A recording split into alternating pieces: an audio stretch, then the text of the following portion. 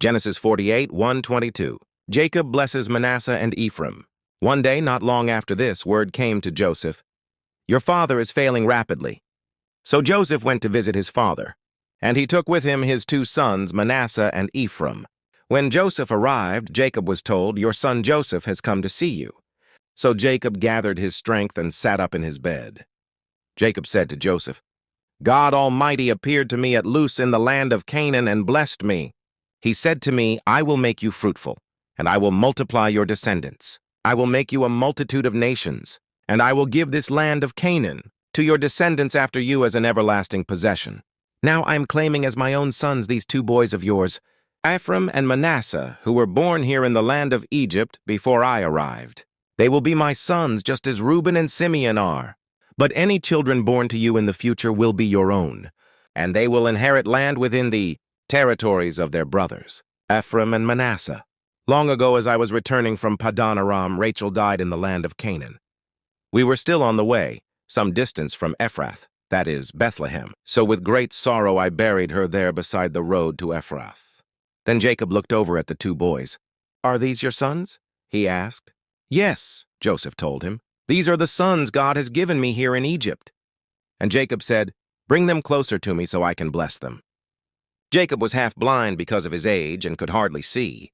So Joseph brought the boys close to him, and Jacob kissed and embraced them.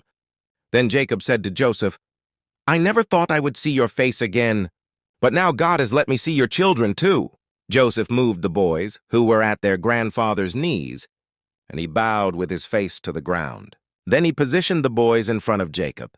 With his right hand he directed Ephraim toward Jacob's left hand, and with his left hand he put Manasseh at Jacob's right hand. But Jacob crossed his arms as he reached out to lay his hands on the boys' heads. He put his right hand on the head of Ephraim, though he was the younger boy, and his left hand on the head of Manasseh, though he was the firstborn. Then he blessed Joseph and said, "May the God before whom my grandfather Abraham and my father Isaac walked, the God who has been my shepherd all my life, to this very day, the angel who has redeemed me from all harm, may he bless these boys. May they preserve my name and the names of Abraham and Isaac, and may their descendants multiply greatly throughout the earth." But Joseph was upset when he saw that his father placed his right hand on Ephraim's head. So Joseph lifted it to move it from Ephraim's head to Manasseh's head. "No, my father," he said. "This one is the firstborn. Put your right hand on his head." But his father refused. "I know, my son. I know," he replied. "Manasseh will also become a great people, but his younger brother will become even greater, and his descendants will become a multitude of nations." So Jacob blessed the boys that day with this blessing. "The people of Israel will use your names when they give a blessing. They will say, 'May God make you as prosperous as Ephraim and Manasseh.'" In this way, Jacob put Ephraim ahead of Manasseh.